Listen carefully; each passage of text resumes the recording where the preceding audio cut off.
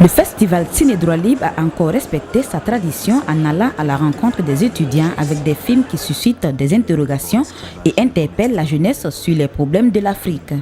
Inspiré par les combattants de l'indépendance, Yannick Le Tourneau est allé à la rencontre des étudiants avec son film Les États-Unis d'Afrique. Des leaders comme Kwame Nkrumah ont lutté contre les politiques impérialistes et réclamé l'Afrique aux Africains. Ils rêvaient d'une Afrique unie pour assurer la maîtrise de leur destin. Nous sommes au début des années 50. This decade is the decade of African independence. Forward then to independence.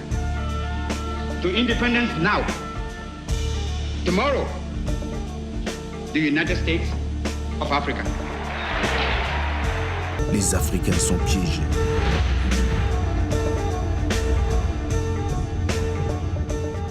L'idée m'a été inspirée par les personnages qu'on retrouve dans le film, autant les artistes hip-hop militants et engagés qu'on voit, mais aussi par ces grands hommes qui se sont battus pour une Afrique libre et indépendante, comme par exemple Kwame Nkrumah, Patrice Lumumba, Thomas Sankara et plein d'autres. Donc ces gens-là m'ont inspiré à parler ces gens-là. Les États-Unis d'Afrique, c'est le cadre.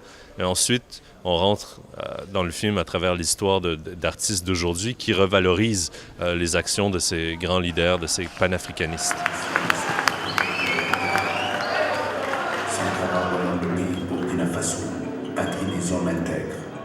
Un film qui fait découvrir les combattants des indépendances à travers l'album Président d'Afrique du rappeur sénégalais Awadi. Les États-Unis d'Afrique, ce n'est pas impossible, mais il y a manque de volonté au niveau des politiciens. Il n'y a pas de volonté. Donc, on souhaiterait que l'Afrique soit un jour un État uni où tout le monde pourrait circuler librement. Comme le sont, il y a d'abord des gens qui sont déjà là, ils ont préparé le chemin. Et en plus de cela, on a vu aussi quand même qu'il y avait un peu partout dans le monde des exemples de personnes qui ont lutté et qui ont obtenu des résultats. Les étudiants ont unanimement fait la promesse de travailler à perpétuer la mémoire de ces combattants et surtout s'organiser et lutter pour atteindre leurs objectifs, celui de l'unité africaine. Toutes les révolutions ont débuté par la jeunesse, par les étudiants, par les jeunes. Ces chefs d'Africains qui sont au pouvoir depuis plus de 20 ans sont les premiers à nous parler de démocratie. Mais on sait très bien que tout ça, c'est un double langage. Donc, on parle de démocratie, mais c'est tout le contraire qu'on fait. Et je crois que cette mise en scène a assez duré et que le temps du changement, il est là. C'est aujourd'hui, c'est pas demain, c'est maintenant. Et cet éveil africain, on le sent, il est palpable. Il est là, présent en ce moment, un peu partout sur le continent et ailleurs dans le monde aussi en ce moment. Donc, il y a un éveil et c'est à nous de provoquer ce changement. Le programme de Ciné Droit Libre continue et rendez-vous est donné jusqu'au 8 juillet pour voir des films engagés.